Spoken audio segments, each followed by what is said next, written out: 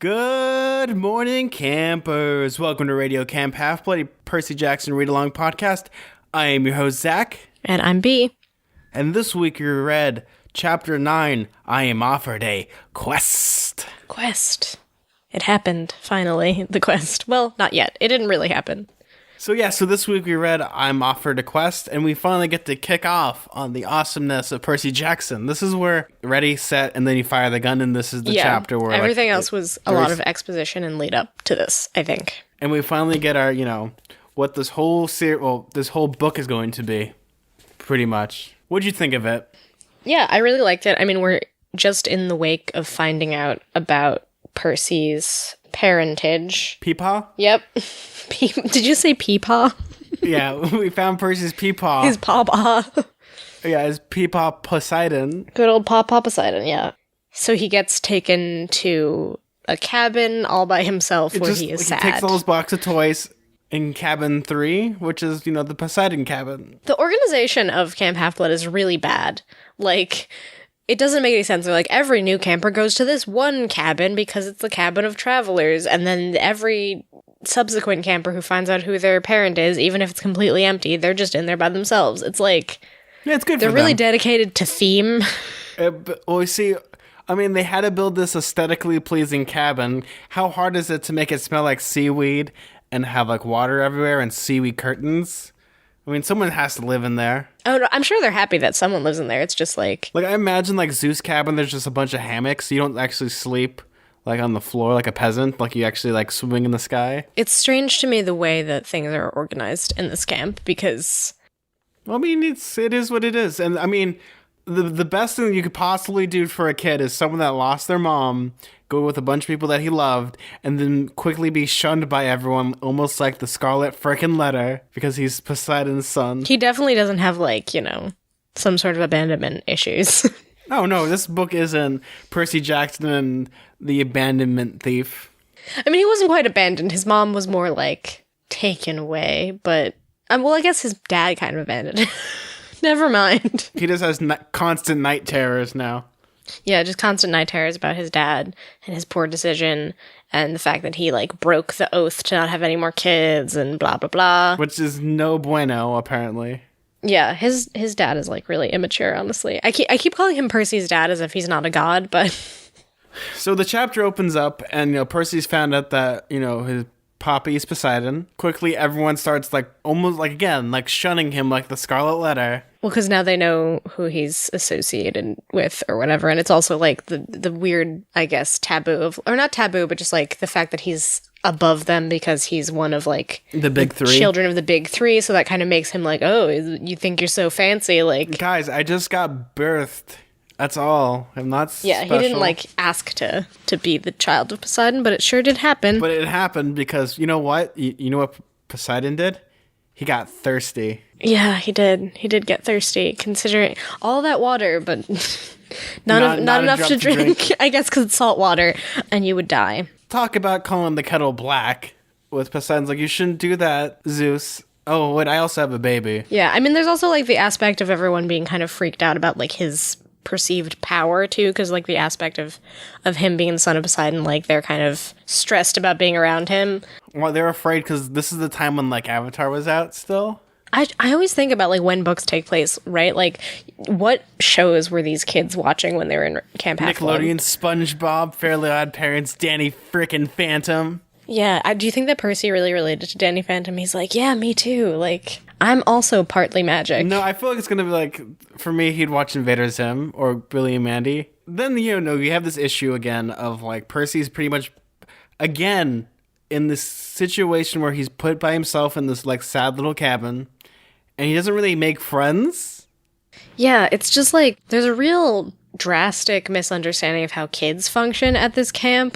They're just just separate them out completely based on arbitrary things that their parents did. Really alienate them as much as possible. A kid's book. Is Chiron in charge of, these decisions? Or is it Mr. D? Or, who is...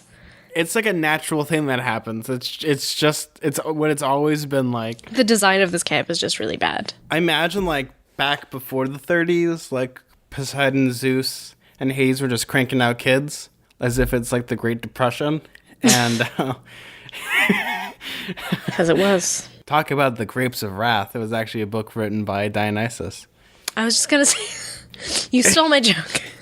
Well, I guess I wanted to steal your joke, technically. So basically, Percy's like, he's not like the chosen one, but he's kind of like weirdly segregated out from the rest of the kids. Well, I mean, it's kind of like he's in this position of power because in theory he should never have been born. Yeah. Well, because, there's also all the implications about how the big three aren't supposed to be having kids. There's that aspect. Also, he's like a danger to the camp because the more power you have, the more you attract power kind of thing. So, like... Yeah, but remember, then here's the thing about, like, there's the demon corgi from last episode. Yes, like, the demon corgi. He has to be invited in, so there has to be, like, a spy. Yeah, of some so sort. that's like revealed later as to how that happened. But I mean, it's like there's this danger of like, and no one wants to like fight him like swords because you know how he did smack down Ares' cabin last time. So it has been like him and Luke. Yeah, it just overtakes him. His hero powers just like. So it's kind of like no one wants to talk to him except for like a handful of people such as Luke, Annabeth, and Grover. Yeah. And maybe Creon. Luke because he's like training him with swords, I guess. Annabeth because she's like obsessed with the whole quest thing. And Grover probably because he feels really guilty about kind of being... Sorry, I almost killed your mom. It's almost like a blood debt he owes him. And then, you know, as that's happening, Dionysus is like, maybe I should just kill him, you know, turn him into ash and all that stuff. Maybe turn him into a dolphin, send him back to I love that his alternative is like, well, you can go on a quest, or you could be a dolphin. What a weird choice. He sort of threatens him with the idea of being a dolphin. He's just like, if I come back here... You're gonna be a bottleneck or bottlenose. A bottleneck? A bottleneck dolphin's not a dolphin. Bottleneck dolphin is like a dolphin stuck in traffic, I guess. I don't know. And not to mention, now that Percy, for a brief, fleeting moment, felt accepted at this camp, not only is he like weirdly ostracized and avoided for multiple reasons, but then he comes to discover that he is also wanted by the mortal world because people think that he is a murderer, contributed to his mom's disappearance, that he like murdered her or something, which is like totally crazy to me, considering that if a mother and a child goes missing, wouldn't you just think that they were murdered by someone else or kidnapped by someone else?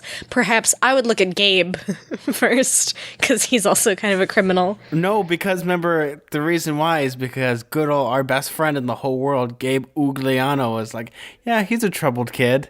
He's got problems. Oh, right, because he has the history of like going to not juvenile detention, but like whatever, what's the... Juvie? I guess it's juvie, right? The schools that he's been going to, or like correctional kind of schools. Well, he also went to the school for like delinquents and stuff. Yeah, like delinquent schools, basically, that are for problem kids. Except Gabe, I think Gabe's just mad because his Camaro's all smashed up. Oh yeah, that's true too. Wait, so yeah, they did find the Camaro. Figured that, the axle broke and it spun off, and they all mysteriously disappeared, even though there's blood everywhere. Yeah. Like, would it just be real awkward, because they're, like, right next to the camp, like, there's, like, a search party? Like, what happens, like... Yeah, right, like, when you get close to the boundary? Can they not see the camp? I don't remember exactly how that worked. Yeah. Yes, they do, because remember, it's like, it's by that pine tree over there. It doesn't have, like, a cloaking device or something on it. It's just you, like, it has, like, that boundary. It's Wakanda... Well, it's just the boundary, like, the mortal people can't go through it. Yeah, but wouldn't that be, like, kind of fishy? Unless, like, you just, like, lose your memory and you just get turned around. I guess, maybe. I don't know how that works. I don't know how that works. I feel like it's gonna be like Wakanda. There's just some, like, old farmer that's, like, that sits right next to the camp is like, well, like, have you seen that bunch of kids and stuff? Nope. No, definitely not. He's just, like, chewing a piece of straw. I'm just nice and folksy. You want some turnips? It's turnip season. And then like, there's nothing to see here. Or, there's no mom and child over here. We don't need to see your identification. It's an old Jedi mind trick. Yeah, I feel like this is a super common thing in kids' books where at one point the protagonist becomes wanted by the law because they're doing something good, but like because other people don't understand the circumstances. Harry Potter at one point becomes wanted because they think he's like associated with Sirius Black. And then there's, in unfortunate events, the kids become wanted because... Because they killed Count Omar? Yeah, because they killed Count Omar. Yeah, it's weird that seems to be used a lot, where like they're on like this very specific mission that involves a bunch of like kind of secret things that other people aren't privy to, and then the press kind of gets a hold of it, and then other evil people are manipulating the information to like make the hero look like the villain, sort of. If I want to give like an answer to that, it is more has to do with raising the suspense, because if you have, you know, them like walking willy-nilly, it's just like, oh, we have to get to this door. Except if we're wanted for the police and there's a police officer right next to that door, it basically adds a different obstacle for the heroes to go through. Yeah. I mean, it also makes sense, right? Because if you are doing these kind of things that should not be, you know, the villains are not letting you try to achieve. If you don't know the context of, oh, demigods exist, or if you don't know the context of, oh, this secret society exists, and that's why these kids are doing that. Then the police officers are basically doing their jobs. Yeah, like I can kind of understand the misunderstanding, but I do think that happens in a lot of books where at one point, like, the hero gets mistaken for being a villain in some ways or a criminal because they get framed or whatever. It's just something that happens, the same as with, you know, having to kill the parents. It's something that has to happen in these stories because you need to have, again, adults are the bad guys and the kids are supposed to be the essential good guys. Like, yeah, they're like smarter and more aware of what's going on. Because adults are really stupid. So you need to have, like, the kids are the heroes, so... They're not as over the top with the adults are stupid trope in this as they are in some other things, because they do have some positions of authority who do know what's going on, so there's people like Chiron. Well, that, and also there's, like, mortals will believe anything situation. Like... Well, yeah, there's also, like, that whole aspect of, like, it's, like, kind of like the Muggle thing, you know, where it's like, oh, we accidentally, like... flew around in a car or something. We have to like really worry about how our public opinion is going to be affected by all these people who like don't even understand that like our kind exist. Because it's like this beginning part's only like the first like a page and a half that we've talked about, is that Percy is summoned to the big house where Creon, Mr. D, and Grover are sitting there, and they're not paying Pinochle, but they're going to be having a very serious conversation. Very serious conversation about his fate. And this is where we get into more of the world-building aspects of this is what's happening, and finally we figure out why this book's called Percy Jackson and the Lightning Thief. Because... the Thief of the Lightning. Percy Jackson has been accused of stealing Zeus's Master Lightning Bolt. The main one. The original one. The one that creates the other lightning bolts or something. That's kind of how it works. I don't really understand. Call it a factory mold. It's like the template for the rest of them or something. And I love how they start explaining it. This is like, Percy's like, it's just like a lightning bolt. And he's like, this is no laughing matter because it's like essentially, it makes a hydrogen bomb look like a firecracker. Mm-hmm. So it's just like a really explosive thing. Then I start to think like, okay, so when has the lightning bolt been used, right? Because wouldn't humanity notice something like that? Like, do they just use it against other gods? No, and if no. so, Okay, like, so how would it? It's lightning. It's legitimate lightning. How? It's not more powerful than a hydrogen bomb, though. People get struck by lightning and survive. Martha Stewart was struck by lightning twice, and she's still alive. I mean, you gotta B. You gotta realize something here. That's 1.21 gigawatts of power, baby. Wait, okay, this is a Back to the Future reference? Yes. Yeah, look at me. I figured it out, you guys. People can survive. Well, I mean, does Zeus really just want them to survive? Is the question, you know. Martha Stewart, hit by lightning twice? That's an accomplishment. Yeah, she did. I think, well, like, she got, like, lightning struck her, like, well or something while she was washing dishes, and it traveled through the water and shocked her. Yeah, I mean, have you ever seen, like, a person that's been hit by lightning and they have the lightning scar? Yeah. Crazy stuff like that. I mean, the reason why this weapon was created was to defeat Kronos, the god of pure evil. Which that's not what he was the god of. God of time? Yeah, he was the god of time. And you have, like, you know, it was built by the Cyclopeans. Yeah, the Cyclopses that live underwater or something. Which, that wouldn't... when I would see a Cyclops, that wouldn't strike me as something that lives underwater. They don't look particularly adept to water things. Well, what, I guess, would you imagine them more like the Ray Harryhausen type of Cyclops? Because they're... Yeah, I would imagine... Well, I do picture the Ray Harryhausen Cyclopses, because that's the one that I saw when I was, like, a small child, and then it gave me nightmares. Much like also the Ray Harryhausen... Medusa? Medusa, yeah. That Medusa messed me up for the rest of my life. It is the greatest design ever for Medusa, and it pisses me off when people make like new movies with Medusa and like the actresses in their contract like, well, you have to show my face and stuff. Like, no, be a horribly grotesque monster. That's the whole point of Medusa. Yeah, Medusa, when I was a child, I had a fear of quicksand, Medusa, vampires, like just really anything that was on TV that was a threat. I was like, what if I get frozen, like, into stone like Medusa would, or like maybe what if I fell into a pit of sand like in the swamp of sadness in Neverending Story, like, oh my god, this is awful. Like, this is what an anxious child thinks when they watch the TV. Well, you live in New York. Yeah, I don't think there's quicksand. I don't think there's Medusa. Think there is. Well, you don't know if there's a Medusa. I mean, like, if there's gonna be a Medusa, maybe Long Island. Not just because of, like, the mythological implications from Percy Jackson, just in terms of, like, the big hair. I feel like Medusa would live in Long Island. Like a beehive haircut? Oh my god. Not a beehive so much as, like a bumpet. Like a Snooki kind of, like, situation. Yeah, no, I mean, yeah, it happens. So... You know, the Long Island medium is actually just, like, the Fates. Oh yeah, that's exactly what I want as the Fates now. It's just the Long Island medium. Or I guess she's like the what's the word I'm looking for? Maybe she's the Oracle. The Long Island medium. You're gonna go on a quest. Yeah, no, it's like you have like this huge, super powerful weapon that was stolen during the winter solstice. Mm-hmm.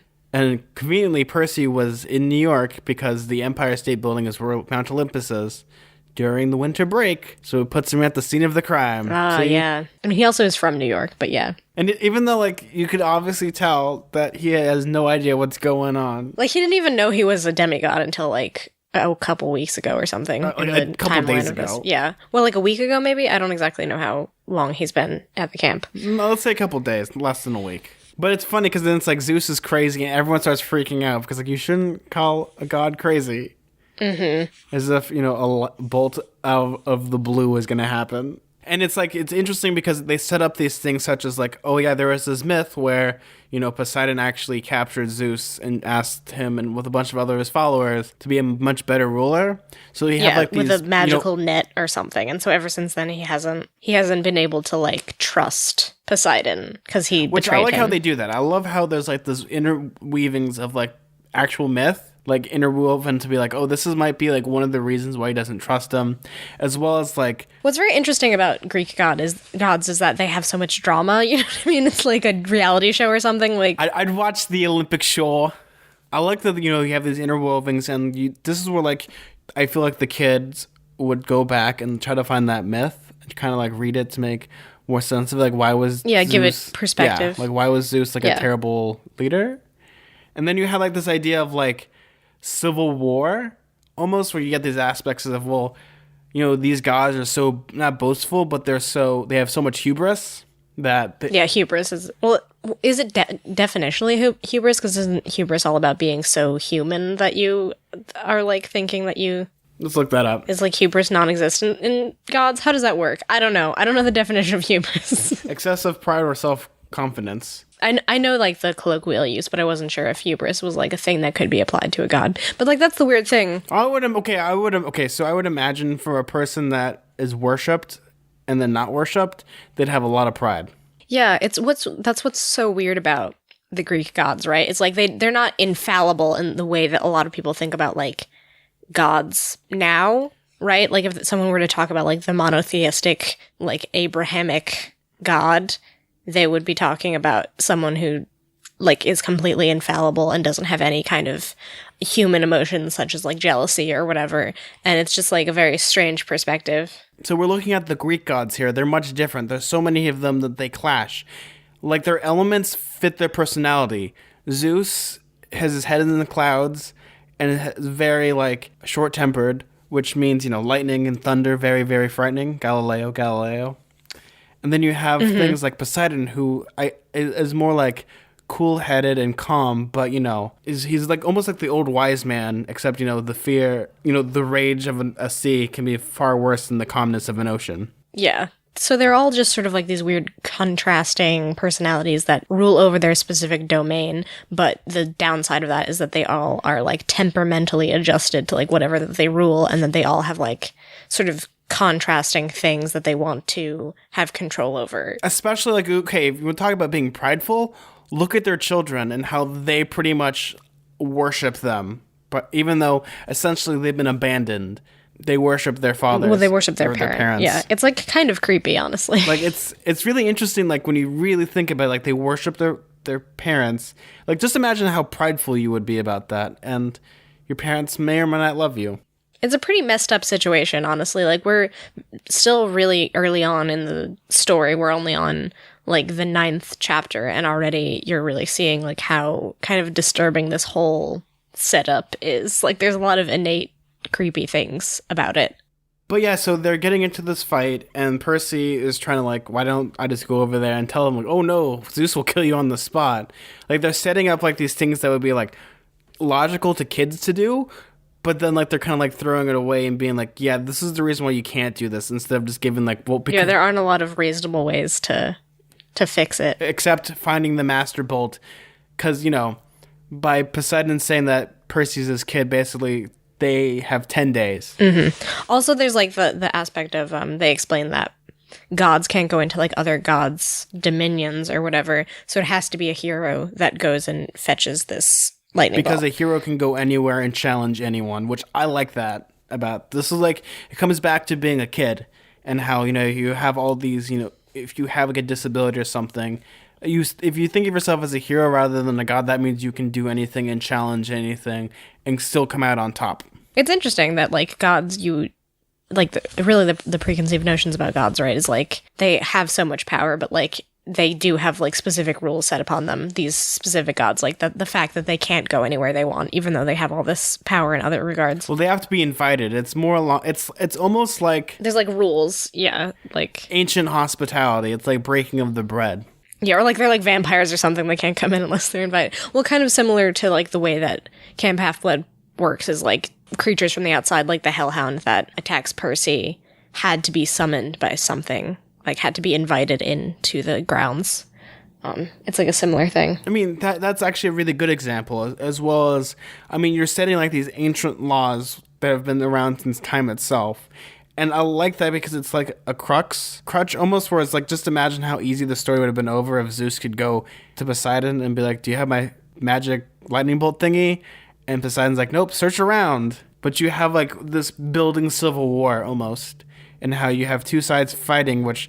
Also, everyone's hot-headed and they don't want to listen. Yes. There's that also other aspect. Because you look at Dionysus, he's very stubborn. You can look at like a very minor god, and his first conclusion is, let's just turn him into a dolphin or like vaporize him. Very easy solution. Just send him free. I have a cousin who is deathly afraid of dolphins. I very poorly photoshopped her swimming with dolphins, and she was like, "We're not cousins anymore."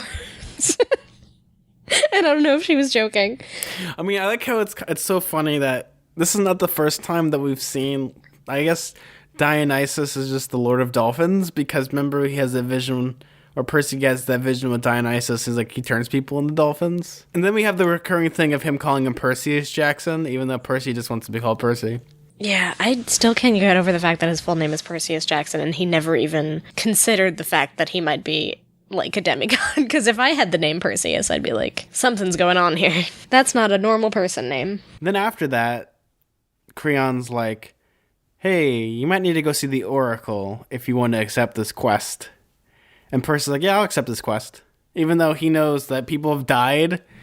Yeah, he's just like, all right, yeah, let's go. I mean, the only other option is being a dolphin, so what are you gonna do? You'd be like a sad dolphin. You'd just be like... I don't know. Would you rather go on a quest or be a dolphin?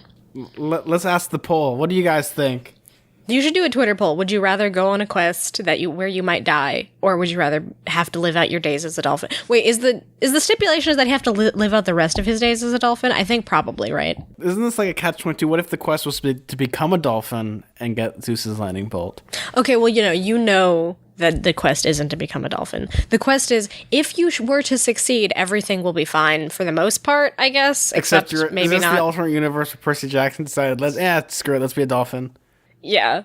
Just you personally, if you were in this situation, which would you choose? I'd rather go on the quest. I like being a person and having people feelings. Yeah, I think I would go on the quest too. Not to say that I would want to necessarily go on the quest, but living out my days as a dolphin sounds sad. Though I'd probably be very freed from the internet, which would be kind of nice. Like, just to not have thumbs. Like, you can't check your smartphone. We have flippers. You just like swipe right, swipe left.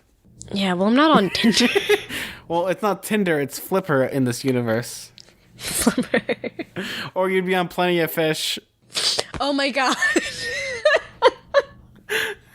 Of course, you'd be on Plenty of Fish. Why didn't we see it? Well, no, because you're a mammal, so it's different. Your profile says, as a dolphin, is just like, mammal for mammal. Do not interact if fish. So yeah, so I don't want to become a dolphin, and that's pretty much it, because I'd have like the sad Flipper story. So Percy and friends go on a trip to see the Oracle, insert Always Sunny in Philadelphia music. And that's where... They meet the Oracle. Yeah, well, like, it's in the attic, so that's the whole spooky thing that happened earlier with the attic, where he's like, what's that? He's like, oh, nothing. Which is like an even more horrible place, because you go up there and there's literal monsters pickled in jars. Oh, yeah, like, gross pickled monsters. And, like... What does he he describes it as like hero garbage or something? I forget exactly. The attic was filled with Greek hero junk, armor, stands covered with cobwebs, once bright shine shields pitted with rust, old leather, steamer trunks plastered with stickers saying Ithaca, Circle Isles, and Land of the Amazons. And then you have like my favorite, it's like a Hydra head. It just says Hydra head number 1, Woodstock, New York, 1969. They meet the Oracle, and it is... The spooky Oracle. So, B, why don't you describe what the Oracle looks like? Sitting on a wooden tripod stool was the most gruesome memento of all. A mummy. Not the wrapped in cloth kind, but a human female body shriveled to a husk, and her eyes were glassy white slits, as if the real ones had been replaced by marbles. She'd been dead a long, long time. Looking at her sent chills up my back, and that was before she sat up on her stool and opened her mouth. So, Percy's like locked in this room with this Oracle corpse, and it's like almost like the horror movie, like all the doors start closing and stuff. The Oracle just starts like spewing like a green noxious gas, and then the worst thing of all happens. He starts getting a vision of Smelly Gabe, Yeah. And like his poker friends, and this is where this might be Woodstock-esque, and just Percy's tripping out. Yeah, this does sound a little bit psychedelic, and then Smelly Gabe turns into Percy, which sounds like a very horrible vision to have, and says, "You shall go west and face the god who has turned. Shall find what was stolen and see it safely returned. You shall be betrayed by one who calls you a friend. And you shall fail to save what matters most in the end." So, we have our first prophecy. And B, what do you think of this prophecy right now?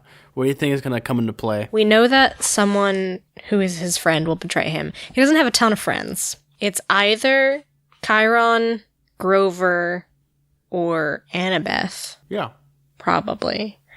I'm betting Annabeth, actually, because she's the daughter of, what's her name? Athena. No, I still can't remember the god. Athena, who, is opposed to Poseidon, right? Like, they have, a rivalry going. So it would make sense that some sort of opportunity would arise that she would betray Percy in some way. And also, they seem to focus a lot on Percy withholding information from Chiron and from Grover because of the whole thing about a friend betraying him. But I think that that's somewhat of, a red herring. I mean, there's plenty of red herrings. And then there's also the very cryptic part of the end, and you shall fail to save what matters most in the end. Yeah, so what matters most? What do you think matters most? His mom, maybe? He'll fail to save his mom. That could be a possibility, yeah.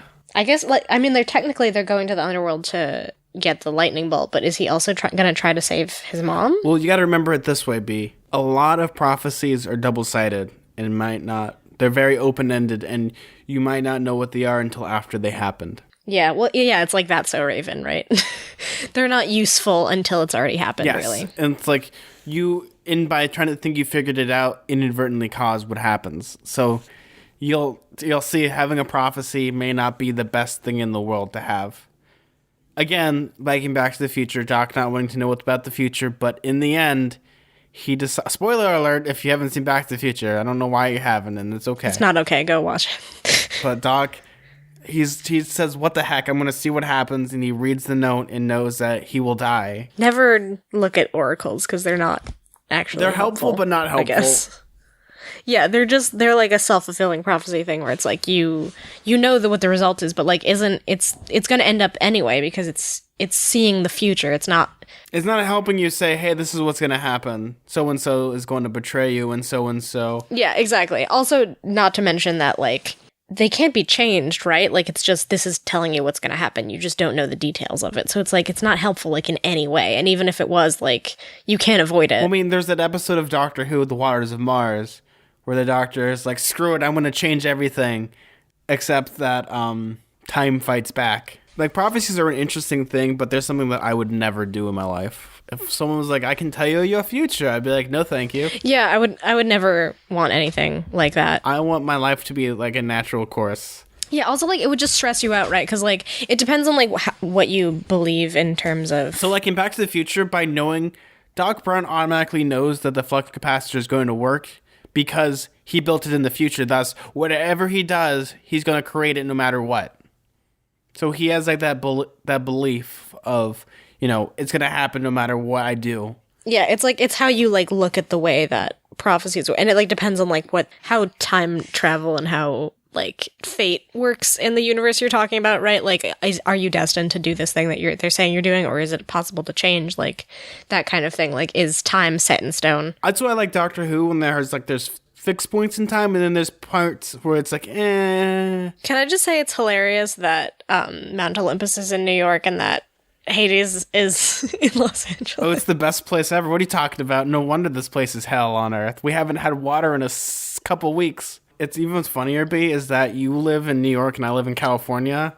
No, that's what I'm saying. Like, I live on Mount Olympus and you live in Hades. Or in, yeah. So this is like a perfect, like, road trip. It's like, B, you should, like... Yeah, perfect road trip. As we record this, you need to, like, just go across the United States to come visit. And fight monsters. I'd rather not. I mean, I'd gladly visit you. I'd just rather not not fight monsters along the way. But if the alternative is being a dolphin, I guess I'll have to. So, yeah, so the quest is set. And, of course, Shimmer, Shimmer, Annabeth was there, too. Yep, of course she is, because she's been waiting for this quest for a long time. She's been waiting for this for the last all of her life. And Percy is not surprised. Nope. And so she's like, "I volunteer as tribute." Yeah, basically. Like, she legitimately volunteers, even though, you know, this is her destiny. And again... this is prophecy inadvertently interrupting someone's life. Because now Percy, Grover, and Annabeth's fates are all intertwined. Yeah, and then basically Percy's just like, gee, fading surprise, who else would be stupid enough to volunteer for a quest like this? So it's like, we kind of know that Annabeth already has been obsessed with this idea of a quest for a long time. So she's like on board, which is funny. She's like raring to go, while Grover's just horrified by basically everything. He's kind of like the most anxious satyr you could possibly imagine. He's almost like the cowardly lion in The Wizard of Oz. Yeah, he is. You're right. Except there's like the weird lion. animated movie and how he lost his courage, which is a weird movie. I don't know if I've seen it's that. It's like early 2000s animation, and the ending of the movie picks up where the beginning of Wizard of Oz when they find him. It's weird. It's like he goes on like this huge epic quest. Oh, I see. Like this, there's like explosions and like it's a prequel, except like it ends in like immediate duress, and like it's like, oh hey guys, I just had this epic like Lord of the Rings adventure. I guess I lost my courage now. It's confusing, and we shall never talk about it ever again. The original, I almost said Lord of the Rings. That's not what we're talking about. The original Wizard of Oz is even weirder. I think like the books are very strange, and they're like all like a weird parable about like the gold standard or something. Well, you gotta know that the guy that wrote The Wizard of Oz was a mathematician. So the chapter ends with Percy, Annabeth, and Grover like, well, we gotta get the band back together. What are we gonna do? We're gonna drive, because, you know... Right, because Zeus will shoot down their plane with a lightning bolt. That's what I liked about this. So where it's like such a, like, in us being like, not pretentious kids, like this is what we'd do, exactly what Percy says. It's like, oh, we'll just get on an airplane and go there. No, you can't do that. Like, it's smart. It's like a... Yeah, they keep, like, stopping you at the plot holes or whatever. Because it's hard to write. Like, it used to be super easy to write like adventure stories or horror stories or something, because there were so many ways you can be isolated. People didn't all have cell phones. We didn't have the technology to like travel as quickly as we do. So it's like it's hard to use old sort of story conventions. I mean, any horror movie could essentially be stopped if the cell phones worked. Yeah, exactly. So like you kind of have to write around the technology that we have, and it just like gets more and more difficult. You know what I mean? Well, besides, a wizard did it, so you don't have cell phones and stuff. That's why I think period pieces work now, and how if you That's true. That's probably why they're getting more popular. Because if you set it like in the 80s or the 70s, you have it where cell phones aren't a thing, but computers and video games are. So you can set it in a way where it works really well. Whereas now, like, every problem can be solved with a well-placed hacker. I'm in. I've been watching a lot of Revenge, and there's just like a lot of like improbable hacking that happens in that. Where it's like, oh, I had a secret camera all along and I have all the information. It's like, okay. But yeah, no, I like this chapter a lot. What did you think of it, B? I like this chapter. It was good. Like I mentioned earlier, it kind of you finally get to know more about like the action side of things. You get the idea of like what the rest of the book is kind of going to be about. I mean, now we're on chapter 10 is the next chapter, and then we're about 1/3 of the way through, maybe a little bit more than that. We're exactly 38% done with this book. Yeah, well, I guess the rest of it is going to be mainly like the quest stuff and finding out exactly what the Oracle meant by a lot of the weird, sort of ominous, vague things that it said. And you'll see very quickly that there may or may not be like a formula now when it comes to each chapter. I really liked this chapter. I'm like excited to see what's going to happen, I guess. I don't exactly know how things are going to play out, because so far we've only really seen kind of a lot of setup stuff. We're also been stuck in a place where everything is very magical and mythical, and now we're going to be getting into more of magic realism.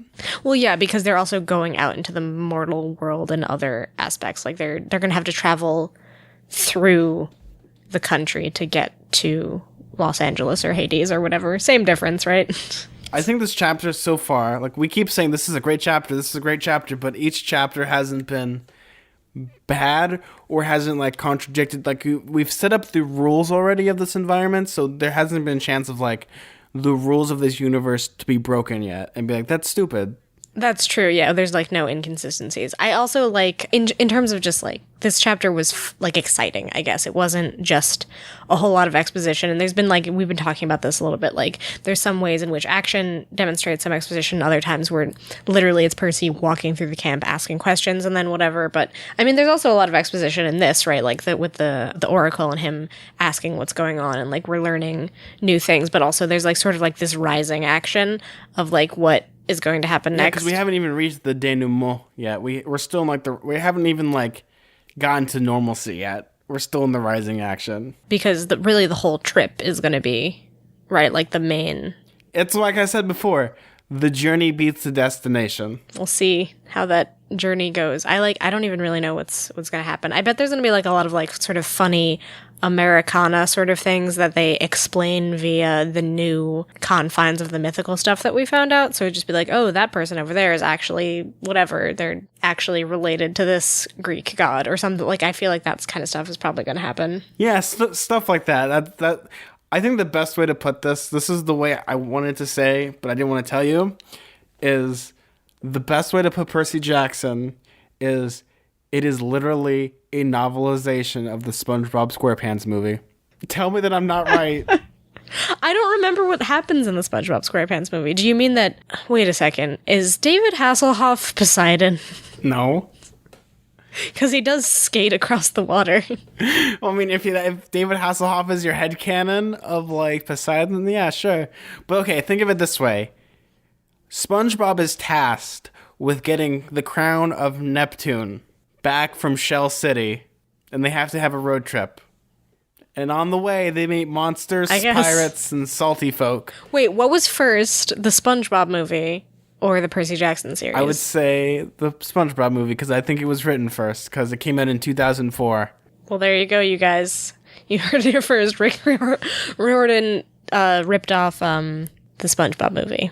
That's where he got the entire plot. It definitely doesn't have anything to do with actual mythical stories or anything. And they have similar inspirations for their stories. Yes, but it's the same. It's a road trip. That's pretty much it. It's the novelization of the SpongeBob SquarePants movie. I like road trip movies, so I feel like I'll like this road trip story. Like one of my favorites, Plane, Trains, and Automobiles. Oh, I love that one. That's great. That's a great road trip story. That one's good. It's also like a comedy of errors kind of story, which I like. Of course, the classic Britney Spears Crossroads. Is that a road trip movie? I don't even know if I've ever seen it. Vacation. Oh, not National Lampoon's Vacation's a road trip movie. Oh, yes. That's like the quintessential road trip movie. Why am I forgetting this? That one's good. Yeah, where they go to Wally World. Is it just called Summer Vacation or just Vacation? I think it's just called Vacation. It's just called Vacation because I think Summer Vacation is the one with Ed Helms. Isn't there one where they go to Vegas at one point? There's a lot of bad ones. There's European Vacation. Christmas Vacation's good. That one's... I don't really like European Vacation just because it's a little bit lewd. It's a bit too, like early 80s brand of, like, sort of, like, gross out humor and, like, over-sexualized stuff and, like, a lot of, like, ladies in bikinis and stuff. Like, I don't find that particularly funny. Oh, I have the best one. I just thought of. You know what my favorite road trip movie is? Take a guess. Oh, God, I can't even think of any more road trip movies. You can't think of the greatest road trip movie, which could be in the novelization of this movie? I have no idea. I don't even have a guess. Pee-wee's Big Adventure. Oh, you're right. You know what? That is one of the best road trip movies. Also, really freaked me out as a kid. Speaking of things that traumatized me, Large Marge forever haunted my nightmares. Any other thoughts? What do you think is going to happen next chapter, B? I mean, they're probably going to start a road trip. They don't have a car. I don't know whose car they're going to use. Get in, losers. We're going shopping. Are they going to use public transportation? I feel like that would be too conspicuous if they were just like on a bus or something. Would you like to get a premonition of what next week's chapter is going to be called? I ruin a perfectly good bus. Okay, yeah, they take a bus. And as we all know, if you know anything about buses, they're the worst. Or, I don't know. It's like they have like that weird diatribe like in the Vile Village where they talk about the bus. Where it's like the window seat and the aisle seat and all that stuff. Yeah. I mean, like, if you follow me on Twitter, you know that my friend was, like, a couple months ago on a bus, on a Greyhound bus. That caught on fire. Maybe a demigod was on my friend's bus. Or maybe she is a demigod. You know what? That would explain a lot. Yeah. Sarah, you're a demigod. We knew it all along. So we actually got a bunch of listener mail and a bunch of wonderful reviews. So we actually got one from iTunes, which is, wow, from future Mrs. Hutcherson. Josh Hutcherson? Which Hutcherson? Future Mrs. Hutcherson. I know, but I wonder which Hutcherson she's talking about. Is she talking about Josh Hutcherson? No, I don't know. Like the actor? Because he's handsome? Are there both Hutchersons? I don't know. Well, I mean, like, he played PETA in the Hunger Games movies. That would make more sense, and my brain was going to something like kid literature, so I would imagine yes. It's probably him. He was also in Bridge to Terabithia. He's done a lot of kids' movies, books. He was also in The Disaster Artist. He played Denny. Oh, right, he did. He had the greatest I forgot about that. That's really funny. So from future Mrs. Hutchinson. So amazing. So happy to find such a brilliant podcast about a fantastic series. Keep up the great work. So nice. Very kind. People are so nice in the reviews. I can't even believe it. Well, we got so many other ones. So we got some emails. So once again, if people want to email us and tell us what to think of the show, we will gladly read them on the air, as well as if you have iris messages, we'll read answers. So we got one from Caitlin. Hello, I'm a listener and proud member of Camp 8, which is Athena Cabin. I love your podcast. B, I am glad you're giving Percy Jackson a chance. I love Percy Jackson, as well as the connections to Harry Potter.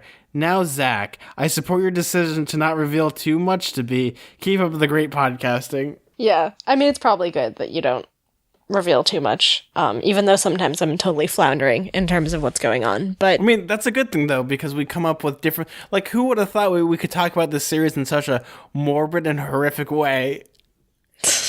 Well, there's some morbid and horrific things going on, aren't there? There is a head in a jar in the past chapter. I mean, like, it's like kids are like, wow, this is epic. And we're like, no, we don't want to live here. No, child, don't. Yeah, taking it chapter by chapter is a really interesting way to, like, read a book for the first time. I wonder, like, how I'll feel about this book when we're done, or, like, if I were to reread it, like, normally, like, finish it in an afternoon or whatever, how I would feel. Because normally I don't, like, belabor over something as long as this. Well, I mean, I feel like for me, when it comes to when people ask me why I like rereading certain books, like The Name of the Wind or Harry Potter, stuff like this, it's more or less I like the sound of good words, so I'll read a book slower or I'll read a book. Yeah, I feel that way too. It's strange because I really like to like enjoy a book and sit down and like actually like, think about how the narrator would say the words they're saying and like almost like enjoy it the way that like you can imagine like a movie in your head sort of. But I think studying literature in school really made me read in a more efficient way, but also in a way that's like not as enjoyable. Cause like at a certain point I was reading like 2 to 4 books a week for different classes. And I had to like also take notes and memorize certain things. So it was like, it's like a very streamlined process of looking at books. We gotta like compact read. Yeah. And it's like, it's not quite speed reading, but it's sort of like, okay, trying to get the information out of this as quickly as possible and not necessarily enjoying the atmosphere that the author is trying to create or anything like that, or feeling immersed in the story. So it's nice to like go back to that kind of reading in some ways. So when I read a book, usually I want to be transported to a different world, so usually I turn the lights off and I read by flashlight or by some singular source, and I just want to be, enveloped. When it comes to podcasts, this is going to sound really weird, B, but I normally close my eyes when I podcast. Podcast or when you listen to podcasts? When I podcast. Oh, that's interesting. Because it's much easier to see, like, you in a different, like I'm actually talking to at a table. And like seeing like same as with listening to podcasts. I'll listen to with my eyes closed because you kind of it's like I imagine like the picture of the guy eating the ice cream cone right next to the picture of the people, and so this is what podcasting is like. Because for me, oh yeah, that's a good meme. I've gotten sent that before saying this is me listening to your podcast, and I was very touched. I mean, for me, it's like when I listen to podcasts and listen to stuff, it's more like to a certain point after you listen to it so much you become invested, they become more or less friends than they do listening to podcasts, even though you don't know the people. Like you like sometimes listen because it's like just hearing a friend talk and you get their little in jokes and stuff. And I mean, also like you and I are friends, but we've never met, which is a very funny. Yeah, see, it's like such a weird thing. As well as like if anyone ever wants to come on the show and just say hi to us, we would like to be all your guys' friends. I really like the atmosphere of having like a small podcast and like a few people who are really into it, and like I'm able to like respond to messages and like have people on the show or like engage in like what people have to say in terms of like questions about our last episode or something like that. It's like a nice thing. I enjoy that both with this and with Unfortunate Associates. I think one of my favorite things though is The Office, where Michael Scott shows the staff the kids video that he was in. Wait, I don't know if I know that one. It's the one like there's like a talking cat. And it's like, what do you want to be when you grow up? Michael Scott, like, as a kid, is like wearing like a business suit and like looks really depressed. And he's like, well, when I'm an adult, when I grow up, I want to have 100 kids so I can have 100 friends. Yeah, having a podcast is like having 100 friends who kind of know you. So we have another email from Riley. Hi, guys. I just wanted to let you know that I love your podcast. You have led me to read the Percy Jackson series again and start reading a series of unfortunate events. We got one! We did it. We converted someone. That's like my only job, is to convert someone to Unfortunate Events. If you started reading Unfortunate Events, maybe check out my Unfortunate Events podcast. Where Zach has been on multiple times. And I'm probably going to be on in a couple more episodes. And Tyler's coming on too. Oh yeah, and Tyler's coming on our next episode. So we're innately connected as you can get. Shows go. Yeah. And you are really funny. Thanks so much for doing this, and I hope that you will read the other books as well. Thank you, Riley. Yeah. We probably will, right? That's our plan. How many books are there? I actually always forget every time. Well, there's Percy Jackson, and then there's another series called Heroes of Olympus, which is 5, so that's 10 books already. And then there's the Magnus Chase and the Gods of Asgard. And then there's the Kane Chronicles. And okay, so we have a lot, especially if we're doing chapter by chapter. Yeah, so we have plenty of content, so we ain't going anywhere anytime soon. Yeah, I mean, I'm willing to do this as long as Zach is willing to edit this. As long as I don't die, yes. Don't die. That would be sad. Just me reading the book alone, being like, well, I don't know how to feel about this. And like it's like episode 50. Don't worry, like he's like, I'm back. I was turned into a dolphin, but I'm back. It just like cuts to you, just be like, ah. It's also really weird for me, too, to be reading a book and then analyzing it when that was literally school for me. But for some reason, this doesn't feel like work, even though that's exactly what I was doing. Well, because the entire time was like, what are we going to make a joke about? Yeah, that's true, too. The weird thing about doing the podcast is, like, you're simultaneously analyzing and also being like, okay, what's funny about this? Yeah, this is kind of like all the best parts of studying children's literature in school without any of the lame parts. We actually got an Iris message from a lovely listener called 2B Pencil. This is an actual question, B. So are you ready? Are you ready for a very serious answer? I'm ready. I recognize that username. Have you sent this to me already? Yes, this was on Twitter. Okay. Would you rather have a goat legs like Grover or have a horse bottom like Crayon? Goat legs, I think. A horse body, because you can run so fast and majestically. But, like, I feel like goat legs are... Like, a horse body is just, like, such a giant thing to take up space. Like, my apartment can't accommodate a horse. I'd have to move. It'd be a whole thing. But I think, okay, the problem with having, like, goat legs is, like, you could never find cute outfits to wear. Yeah, but you could never find cute outfits if you had a horse body also. Do you think that they sell horse pants at Forever 21? I don't think so. I think we can get this crocheted if you want. You're probably going Etsy and get some horse pants crocheted, actually. Yeah. Now that I think about it, you're right. But yeah, I can't, like, commission an Etsy person to make all my pants. I don't know. Well, I mean, there's also, like, the magical, like, wheelchair and stuff, but... Oh, that's true. Are we presupposing that that's a thing that exists? Well, if I have like a horse body, I would imagine that would exist. Unless, like, I'm some, like, weird, like, Elephant Man-esque mutation. I'd be a superhero at that point. I'd be Horseman. Wait, how does Grover cover the fact that he's a satyr? I forget. Remember, he's got fake legs. He's got fake legs. So I could have fake legs at least. Yeah, but it'd be like you'd have to, like, wear crutches and stuff and just pretend you have, like, a muscle deficiency.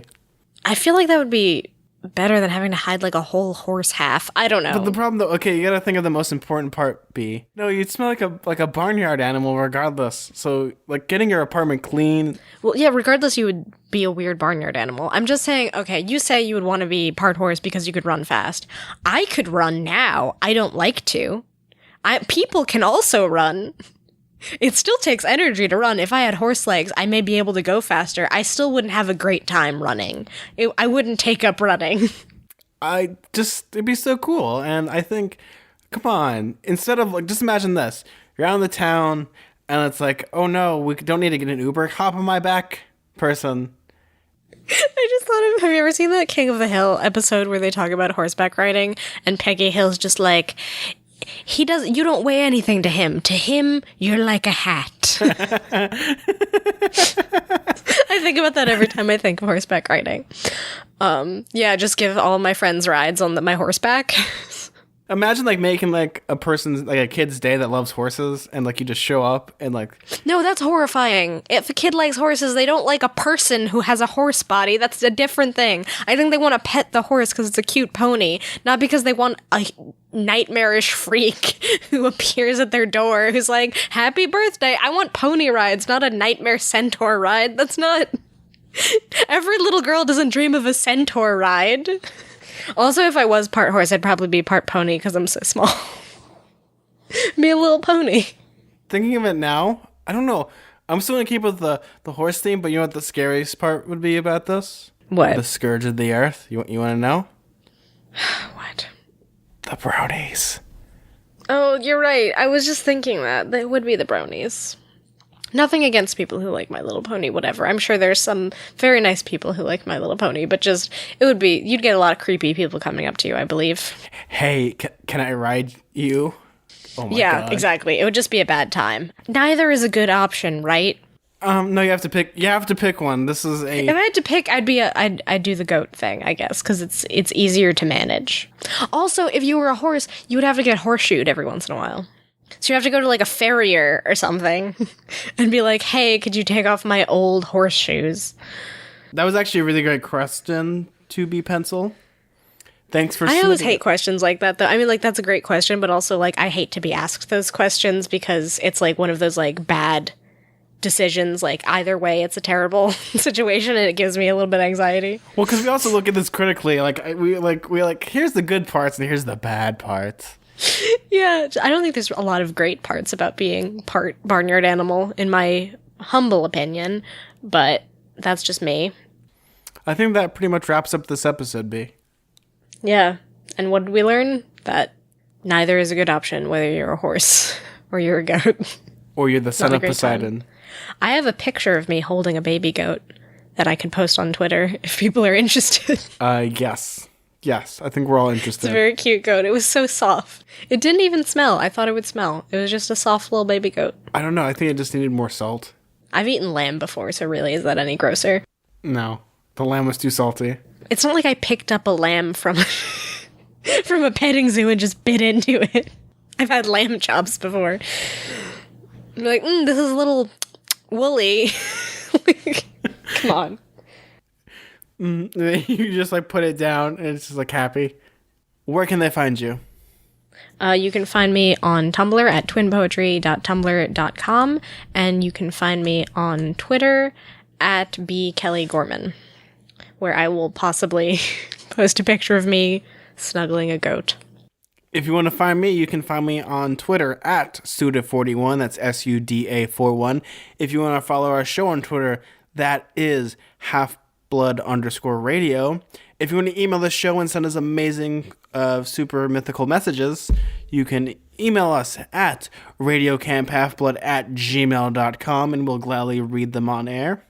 If you want to look at us at any podcasting place, up, down, sideways, and somewhere on the roof, you can find us in every podcasting place. And if you want to leave us a review on any of those places, such as iTunes, and we'd really appreciate it. We'll read it on the air. And thanks, guys, for listening. It's been such an amazing journey so far of just... What? My partner just messaged me and said, okay, speak for yourself, re-centaur rides. So you're telling me they're pro-centaur? They said best of both worlds. What does that mean? What, you could, talk to the person while you're riding the centaur? A friend and a horse is what they said. Okay, Tina Belcher. Thanks for your opinion. A friend and a horse. Not that a horse couldn't be a friend, they clarified. On that note, I'm Zach. I'm B. And keep staying mortal. Bye.